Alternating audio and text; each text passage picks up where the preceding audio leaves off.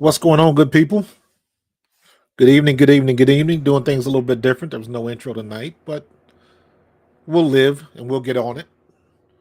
Welcome to Pro Fan Talk. My name is Marcus Thomas. Thank you for joining me. So, what's going on?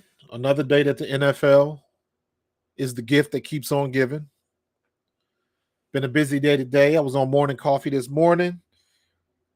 Then I was on with Barrett Brooks and the Sports Take guys yesterday. We had a real good conversation. Definitely check me out on Facebook and check out that segment.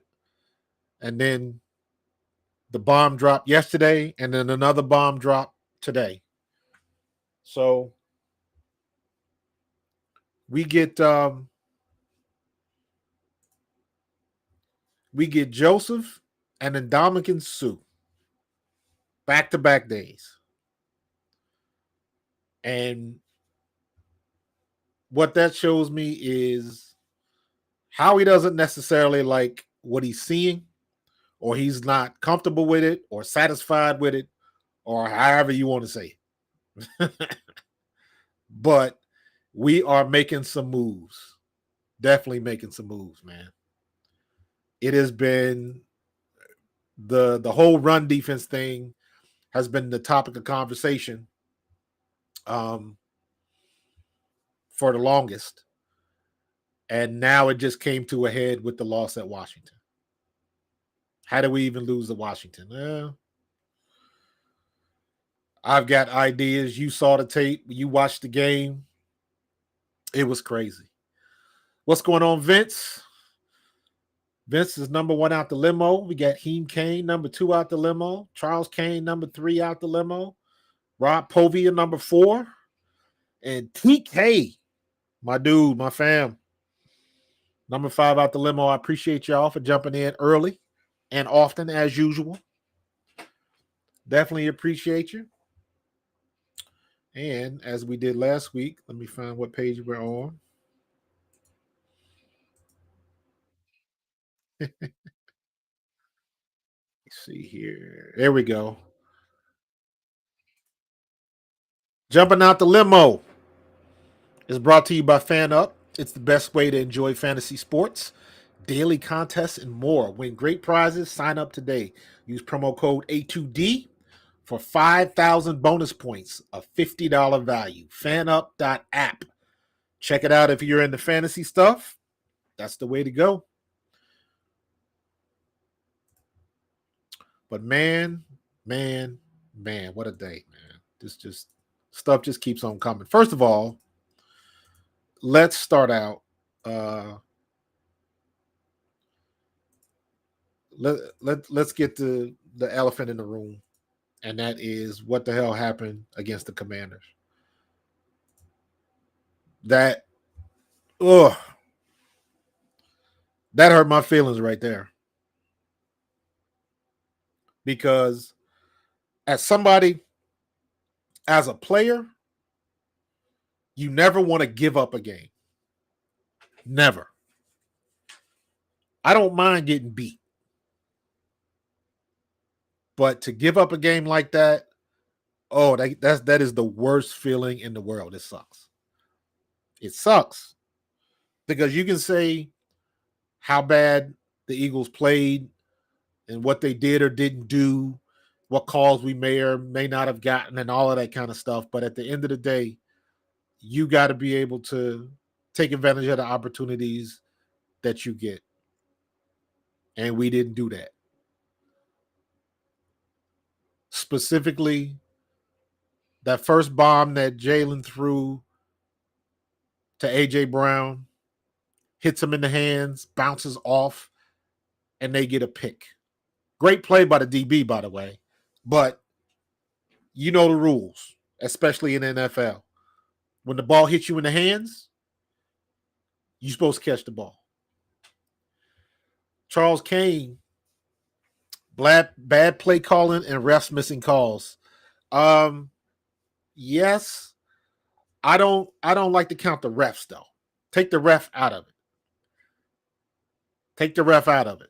Yes, that was a blatant missed call on Dallas Goedert.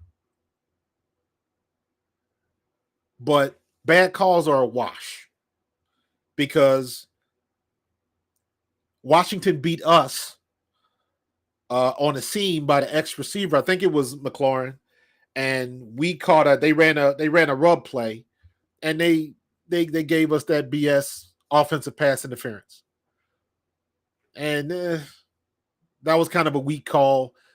That negated one of their big gains. So, and the reason why I'm saying that is because, again, bad calls are a wash. You're going to get bad calls on both teams.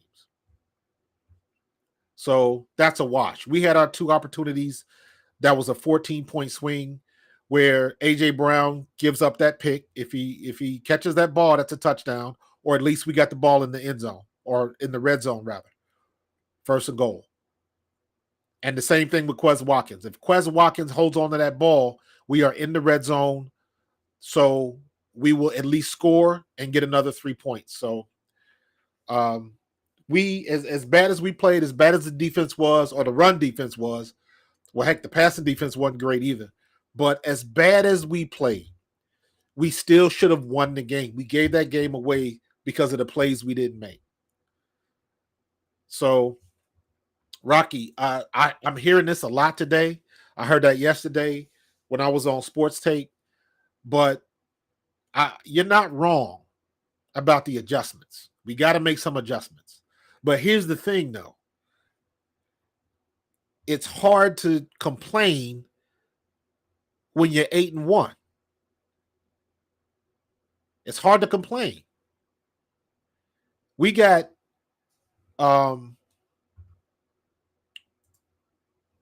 that game 8-1. So out of 9 games, our opponent has only been over 20 points 3 games. That's it. 3 games. The Detroit, the first game of the year, Detroit, Jacksonville, and Washington. Those are the only 3 games that our opponent has been over 20 points.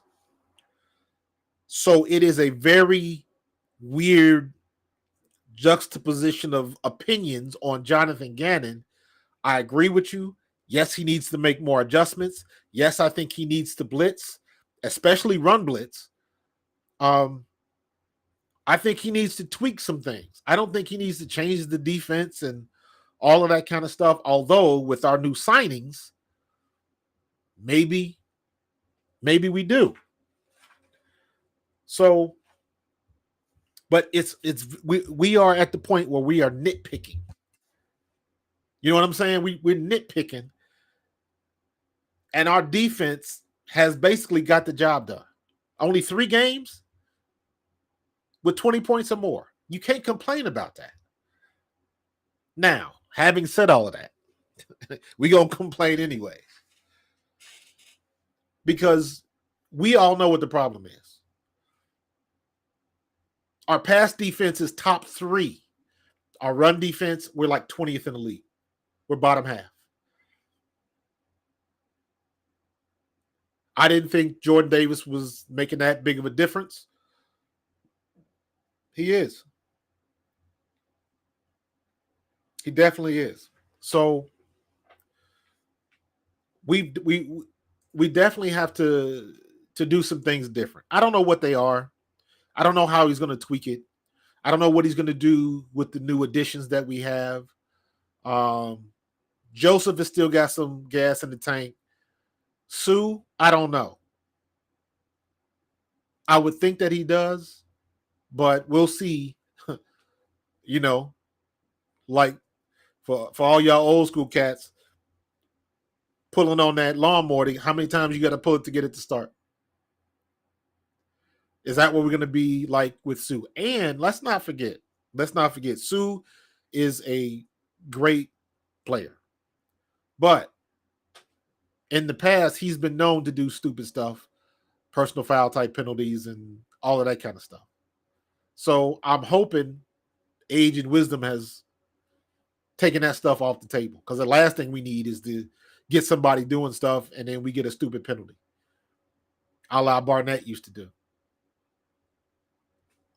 So we'll see what's going to happen. What's going on, Jake Friel? Yo, Fletcher's definitely going to lose some snaps. Fletch did not have a good game the other day. Did not have a good game. So they are definitely going to see that in film. And it's weird. I don't know if he's going to feel the pressure. He's in the last year of his deal. He's not going to be back next year, I don't think.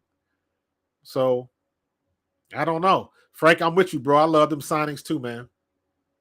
Absolutely. Absolutely, I love those signings. Kane, listen.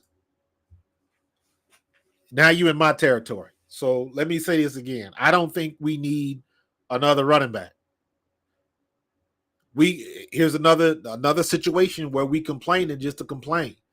Just because we might not have the guy that you want. Miles Sanders is averaging 5 yards a carry, or at least he was. But he's in the top 10 for running backs in the league right now. Can't complain about Miles Sanders. You can't. Gainwell, I don't like the way they're using him. And of course, he drops a pass, and that's why he's in the game. And I'm like, my thought is leave Sanders in the game. Let Sanders be the number one back. The only time Sanders should be coming out is if he's tired. Let's see if Miles can catch the ball. He can catch. Yes, Gainwell is a better receiving running back than Miles Sanders, but Gainwell hasn't shown that. So I say leave Miles in there. If Miles drops a pass, okay, put Gainwell in there. Put Boston Scott in there. I don't care. But I don't like, and I said this before, we had the argument popped up on social media about what would have happened if we would have got Christian McCaffrey, CMC. And my argument was we don't really throw the ball to the running backs that much anyways. So I don't know what we would have done if we would have got McCaffrey. But my thing is this. If we would change up because we got McCaffrey, that means we could have done that from the beginning anyways. That means we can do it now. Whatever they would have done, more screens, thrown out the backfield, we could do that now. We just don't do it. And that's my argument. Don't change up now. We don't have to change up now. If we got something, we got the players to do that type of stuff. We got the stuff, we got the players to do that. So I don't think we need to change anything or add anything. If we want to throw the ball or throw screens or whatever we're going to do, we can do that with Miles Sanders. We can do that with Boston Scott. We can do that with Kenny Gainwell. So do it now to figure out what you have. If we're trying to throw out the backfield and stuff like that, and it's not working with what we have, then that makes sense. Then it makes sense.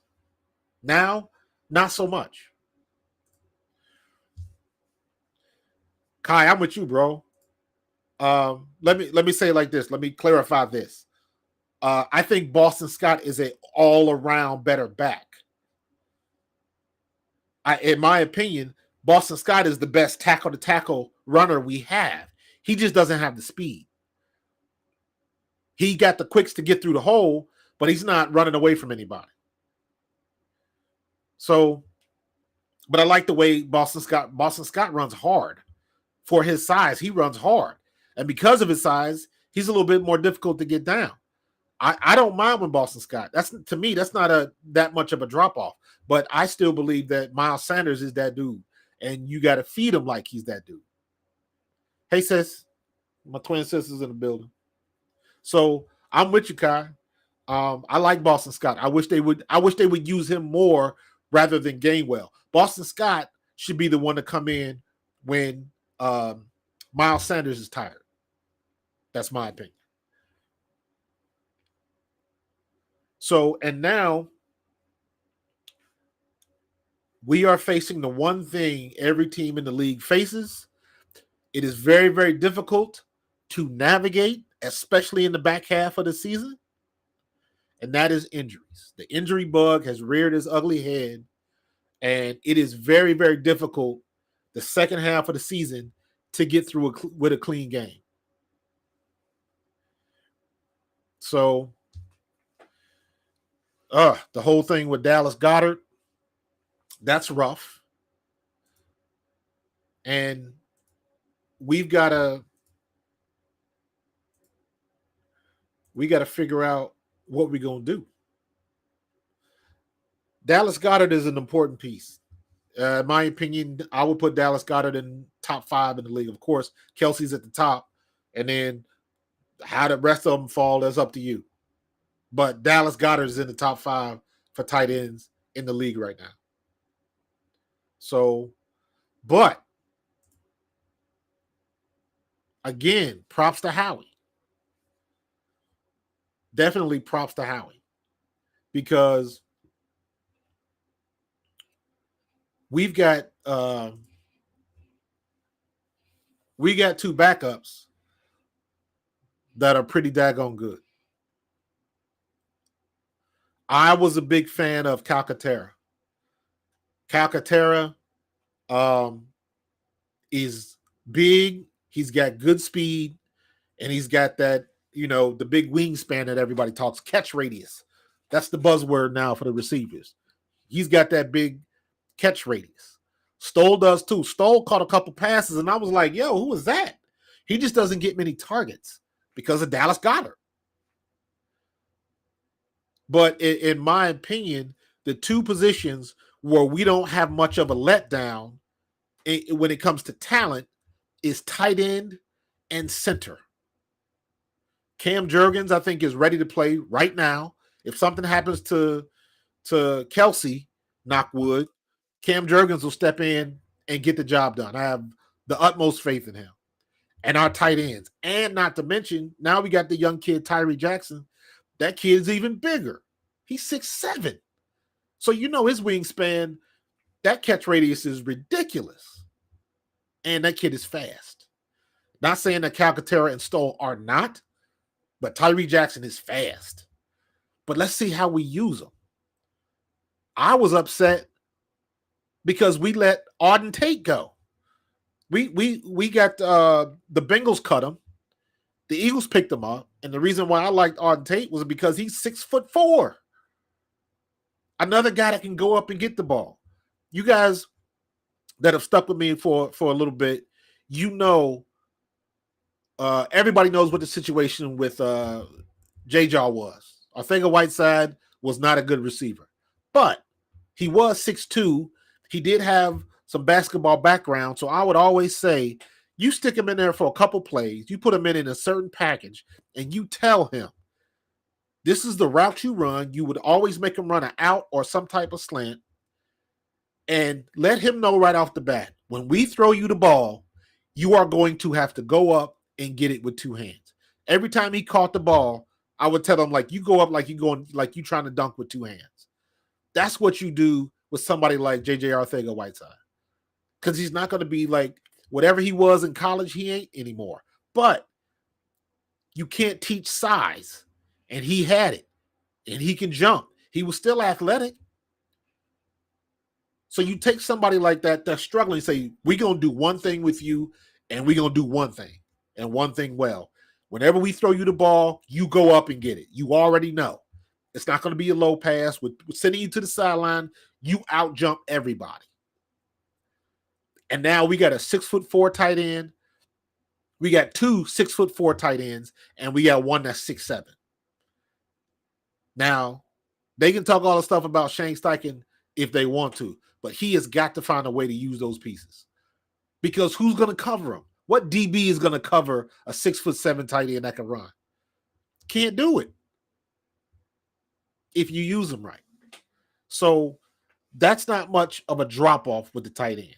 I'm definitely sad to see Goedert go, but again, props to Howie for bringing in backups that can do the job. So, Tom, I'm with you, man. Jalen's still gonna carry us, bro. Jalen don't have to do nothing different. He don't have to do anything different. Because when this season started, nobody, and I mean nobody, and I myself included, who was always on Team Hurts, nobody saw this coming with Jalen Hurts. One of my shows before preseason even started, I said specifically, I don't need Jalen Hurts to throw 300 yards a game and put up the Josh Allen numbers and all that. We don't need that. All we needed for Jalen Hurts is to be good and consistent. That's all we need. No turnovers. Keep the turnover rate low and just be good and consistent. Between 225 and 275, you got that plus and minus 25 yards right at 250, right? If he can be consistently there, he has outplayed that expectation for miles. Nobody saw that coming with Jalen Hurts. Nobody. And I made a comment yesterday when I was on Sports Take. I said, if I was a young receiver, if I was a young quarterback, if I was a young QB, the minute this season ends, I'm on the phone with Jalen Hurts. I'm asking Jalen Hurts, yo, where did you go over the summer? Who did you work out with? Who did you talk with? What did you do? Show me exactly what you do, because that's what I want to do. If I was Justin Fields, as soon as that season's over with, I got Jalen Hurts on speed dial. I'm going where you going. I need that work. Because Justin Fields, the reason Justin Fields is doing now what Jalen Hurts did last year. Jalen Hurts, when Jalen Hurts still had that big question mark over his head. What did we do? We started running the ball. We did what he did best. He would get some passes in there every now and then. That would get better. We still had stuff to complain about, especially when they got to the playoff games. And those were valid criticisms. But like I said today, he understood the assignment. He knew what he had to work on. He heard all of that stuff that they said on Tampa's sideline last year. He heard all of that stuff. So he knew what he had to work on. He went and worked on it and got better and blew everybody's expectations. Everybody.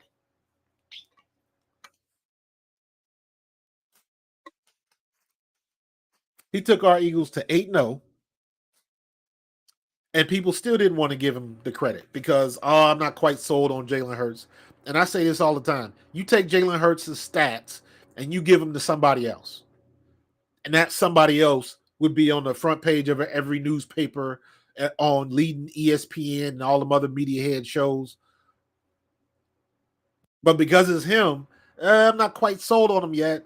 They got a weak schedule. And it's like, listen, we can't change none of that. Because if he'd have been stinking up the joint, best believe everybody would have been sold on getting him out of here. So if it goes one way, it has to go the other. So Jalen Hurts has blown everybody out of the water. Everybody. So Jalen Hurts is just going to keep doing what he's doing. I think they need to run him a little bit more. Maybe keep it under 5 RPOs. The rest is him getting himself out of trouble.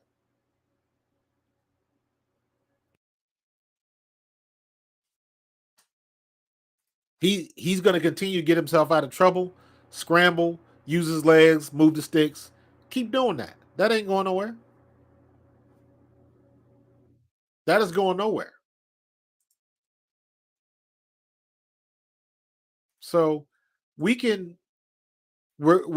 good with what we got at tight end.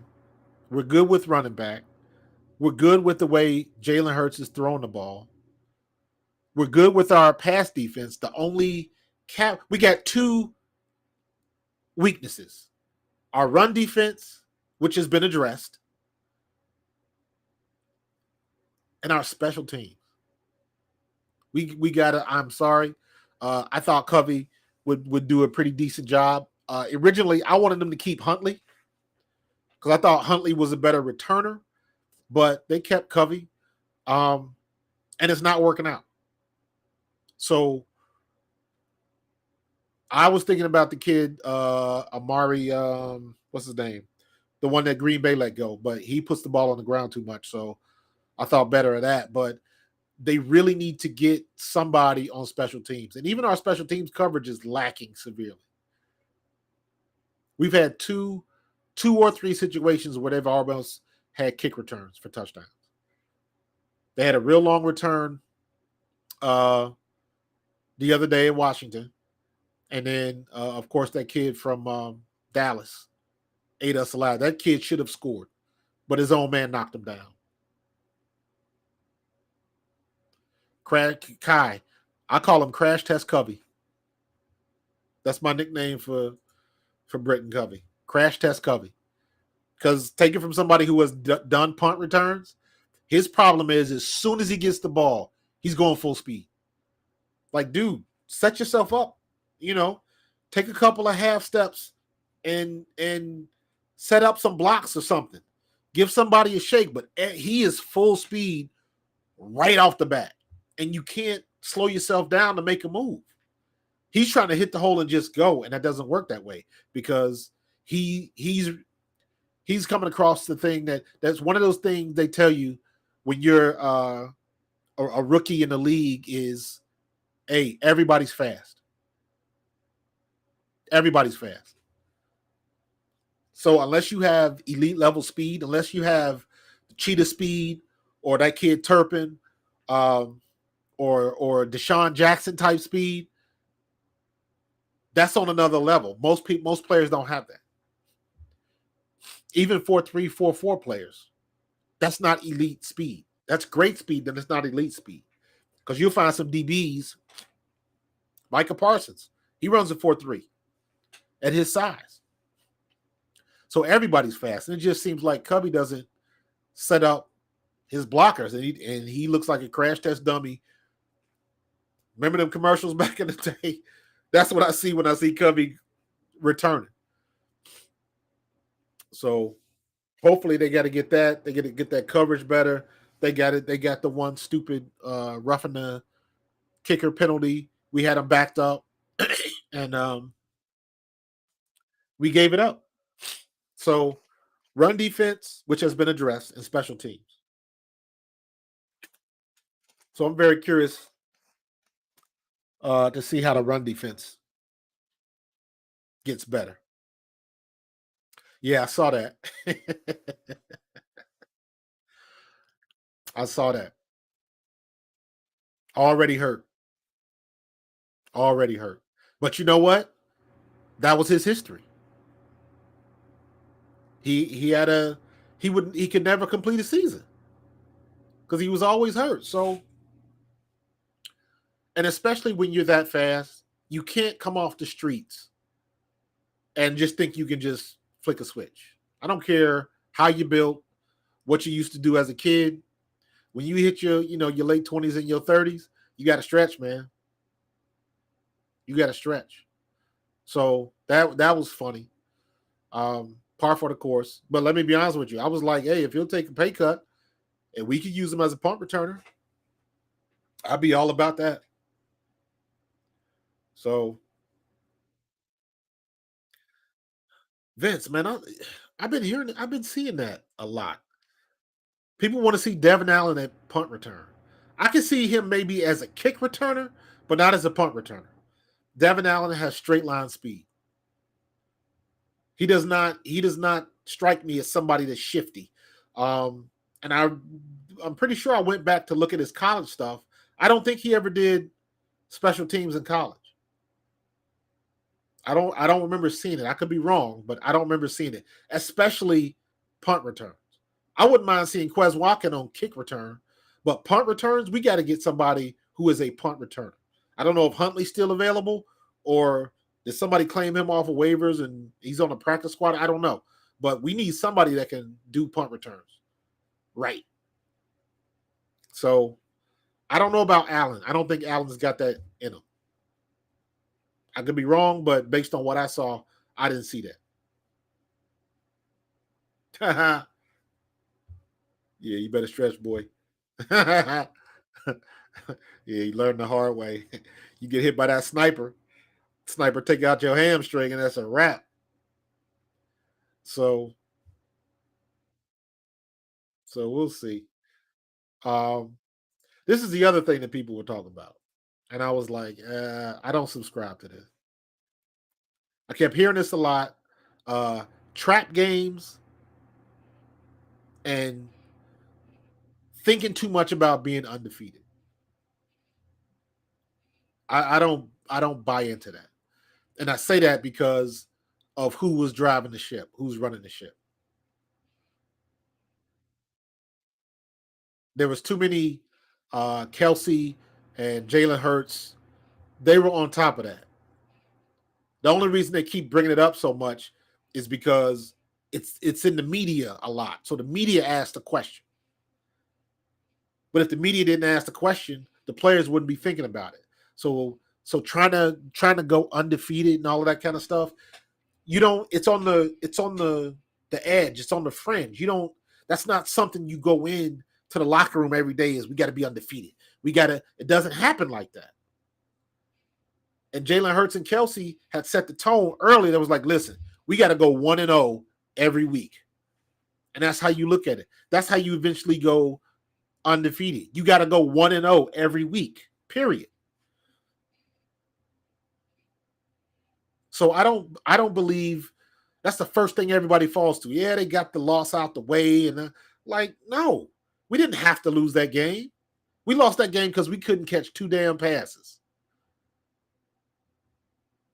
Again, if I'm going to get beat, I want to get beat. I want to give a game away. Wins are too difficult to come by. You got to take advantage of every opportunity because you have no idea, none, how the rest of this year is going to play out. Everybody, every team is one injury away from ruin. Every team. Buffalo got that scare. You think if something happens to Jalen Hurts, Gardner Minshew is going to get the same? Come on. You think if something happened to Patrick Mahomes? You think if you already saw what happened to Tua? They talking about us, but Steve Kelly, what's going on, my friend? They're talking about us losing that game, but think about this. Think about this. If Tua doesn't get hurt, there is a very good chance that the Dolphins would be undefeated. A very good chance. Now, you're talking about pressure. All of the media hype around Miami being undefeated and the streak is from the Dolphins anyways, man, that'd have been crazy. So I don't subscribe to the trap games and all of that kind of stuff because wasn't nobody talking about it was a trap game when we were ahead. It is what it is. It is what it is. And again, if it wasn't for those 2 plays, if it wasn't for AJ Brown dropping that ball that caused the pick, and if it wasn't for Quez Watkins fumbling, we would not even be having this conversation. Even the whole situation, I think we would still be griping about the run defense, but we wouldn't be having this conversation. We wouldn't.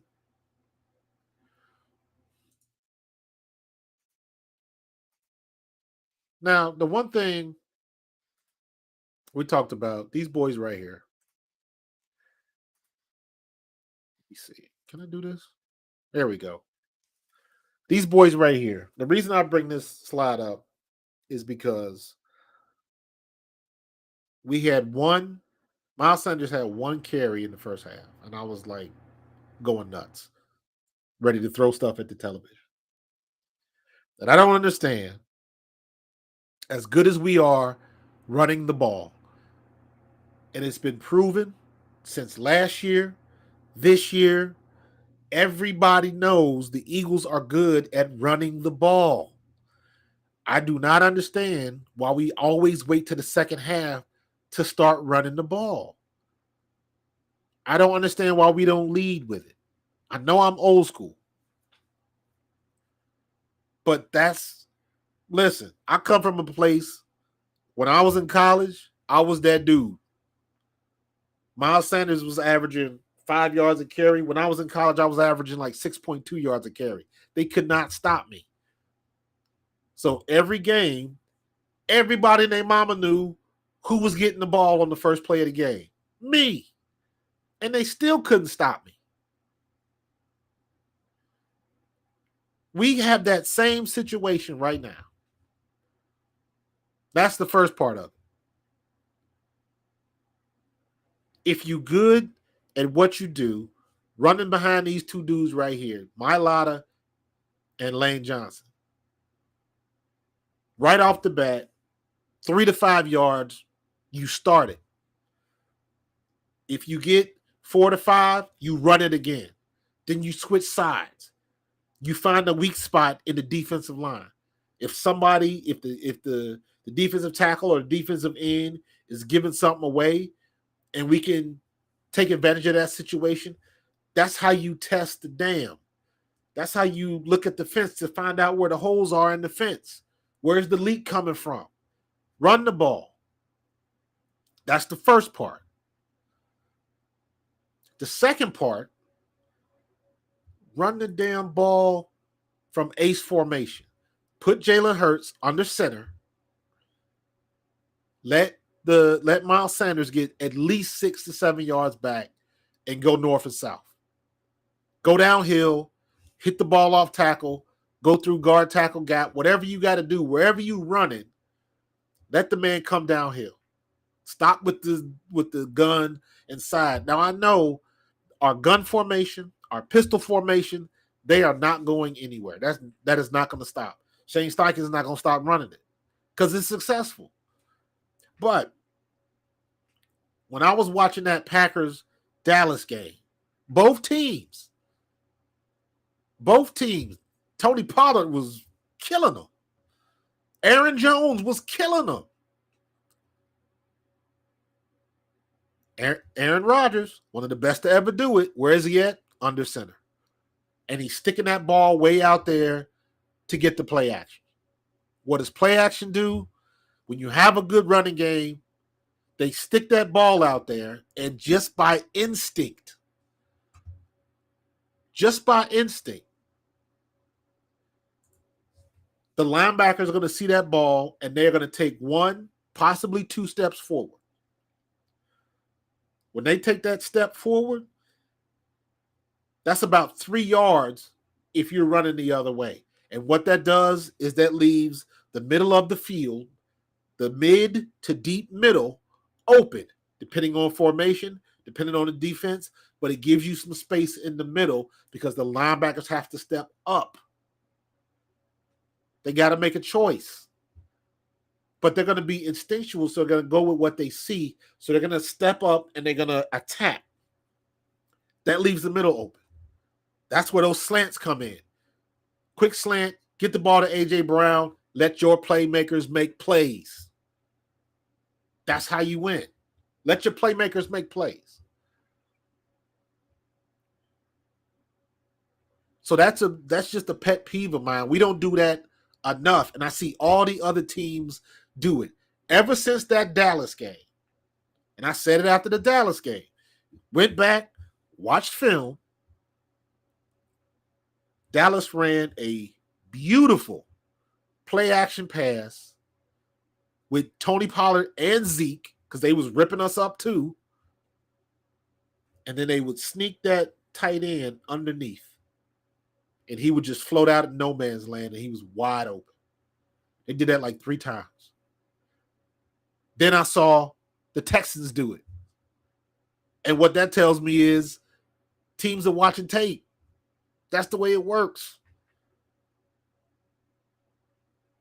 You're going to watch tape. The Colts are going to watch the game and see how Washington beat us. And they're going to cherry pick everything that Washington did and resurface it and run it on their offense. That's what they're going to do. So I'm expecting a healthy dose of Jonathan Taylor. He's going to come trying to rip it up. And he should.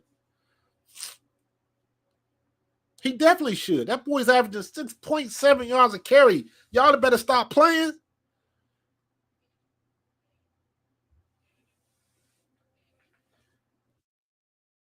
Jonathan Gannon better stop playing.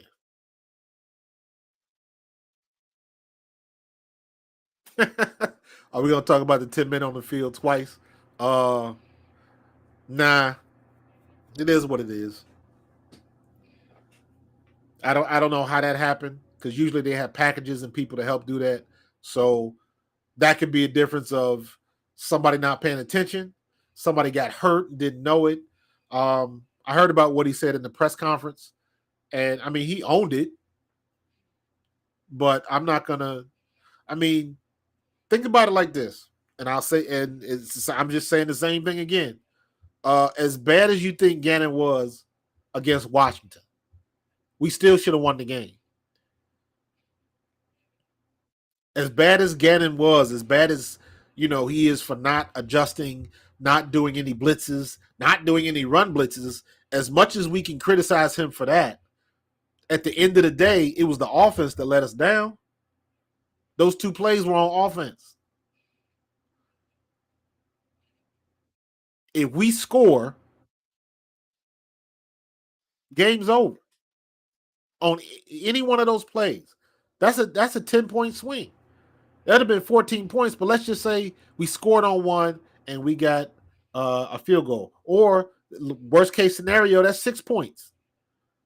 But that at that point in the game, it still puts us ahead. So as bad as we nitpick Gannon, the offense cost us that game. And not Jalen Hurts.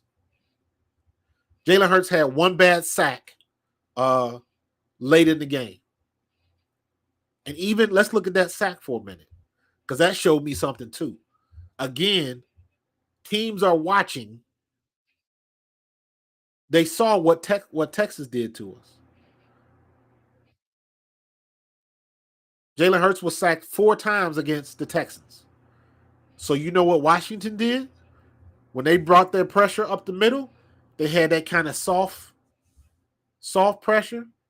So when nobody's open, Jalen Hurts couldn't step up. When he steps up to escape, nowhere to go. So by the soft pressure is they're coming back a little bit, but they're not. The minute somebody breaks free and comes at Jalen Hurts has got the moves to juke him. Now there's a hole. Now there's somewhere to go to, somewhere to escape to. But when you have played that soft rush, you're just waiting, and that's what they call a coverage sack. Nobody's open. So he either takes the sack or he got to throw the ball away. That's a coverage sack. But in this case, when he tries to escape, there's nowhere to go. He steps up thinking there might be a hole, and he takes a sack. That's teams watching tape.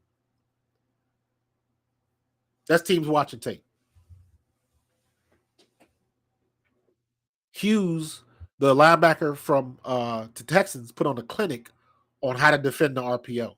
So that's coming too. You go back and watch that tape, that kid, number 55, Hughes from the Texans, put on a show on how to defend the RPO. Best job I've seen all year. And rest assured, teams are looking at that. Teams are studying. Brandon, let me see what you're saying. Do you think we need another wide receiver in case one of the Batman is hurt again, and if the wide out so deep, why do we need? No, I don't, because we got Quez Watkins and we got Zach Pascal, and again, we don't use them. We don't use them. Again, going back to what I said earlier, Brandon. I wish we could have kept Auden Tate. I wish we would have got rid of Covey, kept Auden Tate, and just said, "Hey, somebody got to do punt returns." But they love the kid, so it is what it is. But I want that. I want that size. I want that guy that can run the 4.445 and out jump everybody in the defensive backfield. That's the kind of guy you want, because they can't stop it. Because most of the DBs are what? You don't find too many defensive backs that are 6 and 6'1". You're not going to find too many Sauce Gardners. I think Sauce Gardner is like 6'1", 6'2", right? But I believe he's a safety. So my point is, you look at Slay. I believe Slay's 6 foot. I believe 6'1". Bradbury, I believe he's under 6 foot. Gardner Johnson, definitely. Maddox, definitely. Josiah Scott, definitely. So anytime you got a receiver that's 6'3" and above, that's an automatic win. And what happens is when you got somebody with good speed and that size, that's when you're going to draw the penalties, because they don't want to get beat. DBs don't want to get beat. So I don't think we need another wideout. I just think they need to implement the ones we got. It goes back to the same thing. We've got every weapon we need, every one of them. I like Zach Pascal because Zach came in knowing the offense, because he had spent 2-3 years with Sirianni in Indianapolis. That's why Sirianni brought him here. We don't use Quez Watkins enough. We don't use Miles Sanders enough. So we've got the pieces to the puzzle. We just haven't put them on the table yet. And I don't want to keep waiting. I don't want to have any more games where we don't start running the ball until the second half. To me, that's stupid. When you're averaging 5 yards a carry, if you're averaging 2 and 3 yards a pop, I can understand it. But when you're averaging 5 yards a carry, you run the ball until they damn stop it. You have to do that. That I don't understand why we don't. And it's like that leads me to another rant where it's like coaches run off of ego. You don't get that position if you don't have one. Half of that is, I know what got me here. A great example is you look at what happened with the Phillies and all of the criticism that Rob Thompson got for taking out the pitcher too soon. Wheeler. But he said, yeah, I probably took him out too soon, but that was the plan from the beginning. Now, should he have used his eyes a little bit better and his experience and not went off of analytics and stuff like that? Yes. That's a valid criticism. However, I'm not going to blame him for doing what got us there in the first place. And that's where we are. That's how I see it with the Eagles. You know what got us here. You know what got us through last year. Y'all forget that when we played Carolina last year, that game was so bad, Steve Smith called our offense high school. They killed us. And it was after that game that the light finally clicked on and they started running the ball. But to me, that's an ego thing. You knew good and daggone well Jalen Hurts was not throwing the ball well. So you want to limit that. Last year when Jalen Hurts threw the ball over 20 times, there was trouble. If you threw the ball over 25 times, you ain't want that. You ain't want that work. That was bad business. So he had to be right around no more than 25 times a game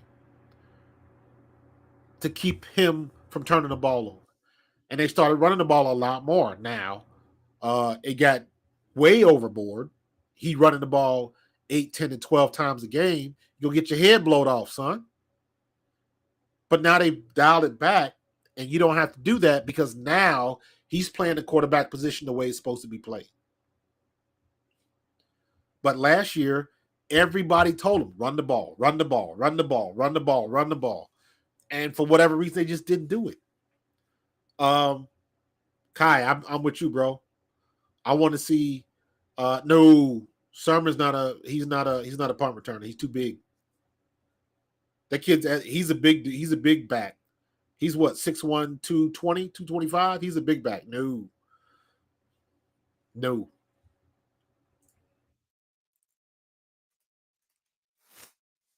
With Suh, the run defense is instantly better. 100% agree. 100% agree. And remember, yes, he's 34. He had 6 sacks last year. I'll take it. Can we fire Gannon?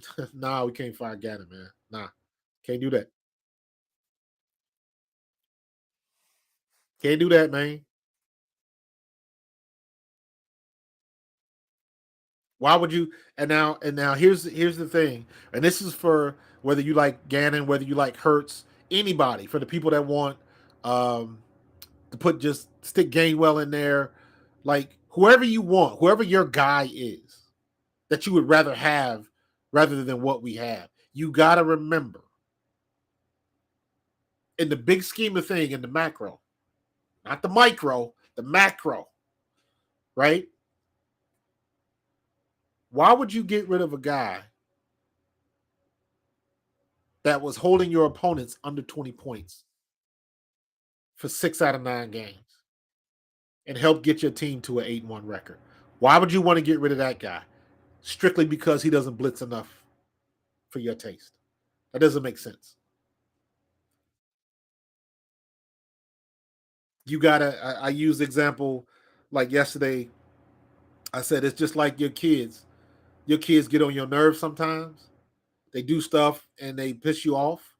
But when your kid comes home and gives you straight A's, what are you gonna do? They still get on your nerves and they still do stuff to piss you off.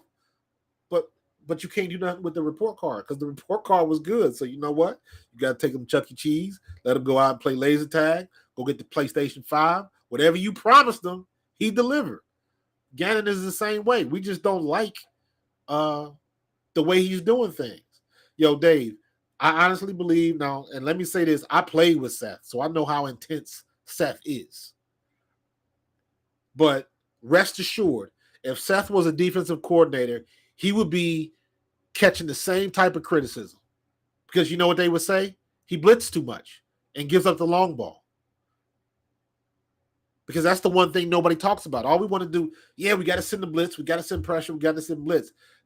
There's a cost if you go and blitz. When you blitz, people going to watch tape on you and they're going to figure out where you're coming from. That's what hot routes are for.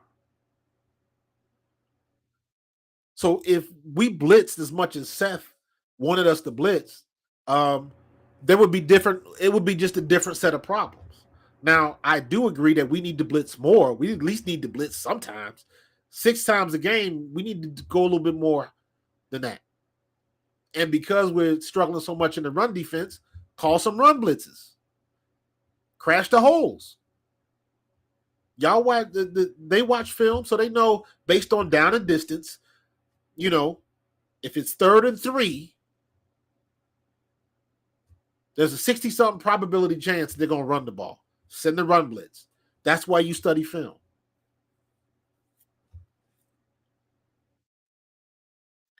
But you gotta remember that you can't just say we got to blitz all the time. There's a cost to that. You can blitz, but you got to remember, when you blitz, that leaves you a man down, because that means there is a receiver or a running back or a tight end that's uncovered because you blitzed. There's a zone that's unguarded because you blitzed. It's a chess game, man.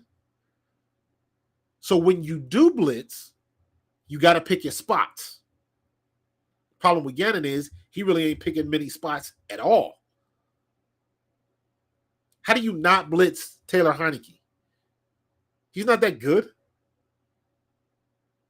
We blitz Carson Wentz more than Taylor Heineke. I don't understand that. The kid from the Texans, send the blitz. The Texans did. Lovie Smith did what everybody wants Jonathan Gannon to do. Lovie Smith was sitting in the house almost all night. And it confused us a couple times. And a couple of times, Jalen Hurts didn't have anywhere to go, and he took the sack. They got us 4 times. And that's what people want us to do. And I don't mind if that's not Gannon's style. I'm okay with that. Again, you helped get us to 8-1. Nobody thought we were going to be 8-1 when this season started. Stop playing. So you got to count the cost. If you do want to blitz more, you got to be able to cover it. We got to get to him before he can get to the hot route.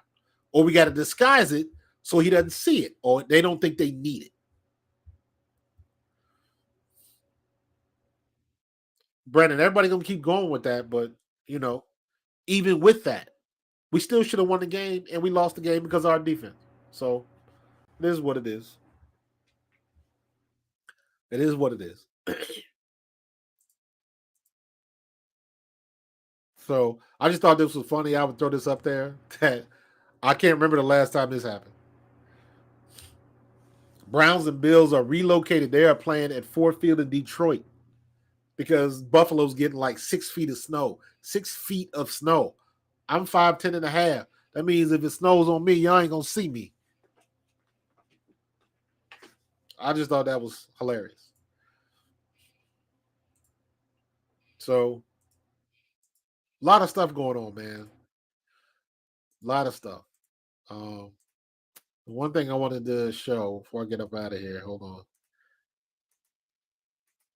Because we got our new toys, right?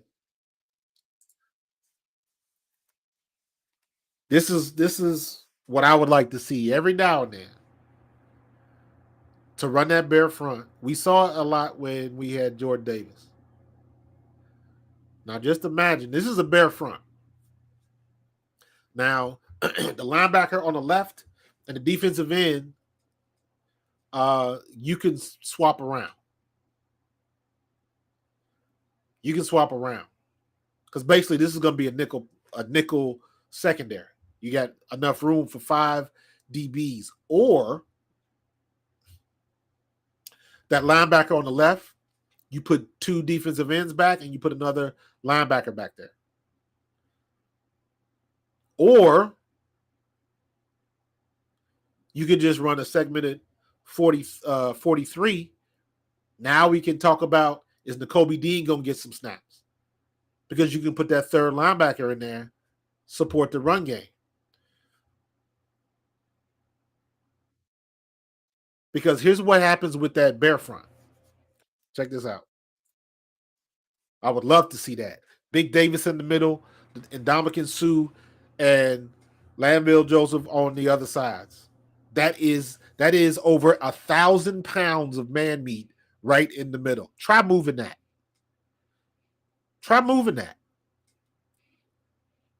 Center's not moving Davis. The only time Davis got moved is when they double teamed him. So if you double team him coming from the left or the right, somebody's coming free. If you crash down the right tackle to help out the right guard, so let's look at that right side. If we had Suh as a defensive tackle on the right, that right tackle is going to come down, crash down on Suh. Who's got that defensive end? So now you got Sweat or Hassan Reddick or BG or Robert Quinn coming off that edge. It causes things to happen when you run that bare front. Again, it's all about the chess match, man. All about the chess match. So I would love, and I'm really hoping that Suh is in shape. I heard Joseph is in pretty good shape, but that's based on Gannon's experience with him and just knowing the dude. So I hope he's right. I would think Joseph's going to play this weekend. Not sure about Suh. That's late in the game, unless Suh has been working out like a maniac and is in game shape. I doubt he's in game shape, but we'll see. He might come in and get 10 snaps. But if in those 10 snaps he does what we need him to do, it's worth it. Yo, Wick, it wouldn't matter if the Bills had a dome. Wasn't nobody getting to the game with 6 feet of snow. I don't think that matters. That's a danger issue. That's crazy. 6 feet of snow? That's crazy, man. So, but all right, peoples. Lot of good stuff this week, man. A lot of good stuff. This is just going to keep on going. Do me a favor. Smash the like button. Check me out on my YouTube channel, Pro Fan Talk. I do stuff. I'm trying to post content every day. Go to that YouTube channel, like, subscribe, and hit that little notification button so we can get this algorithm right. I'm on a new interface tonight, and my boys at A2D, it looks like they've been having trouble with Facebook and all this kind of stuff as well. I've been having my own issues with it. That's why I'm trying to send all my traffic to my YouTube channel. So if you're listening, please go to my YouTube channel, youtube.com/@ProFanTalk. We get tags now, so it's easy to remember, @ProFanTalk in YouTube.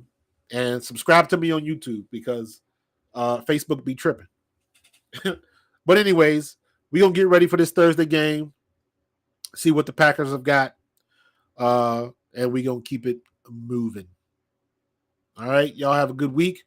Let's get this win and get the 9-1 and keep this party going. Hopefully Robert Quinn will get a sack. So y'all have a good night. Have a good weekend. Be safe. And I will see y'all next week. Peace.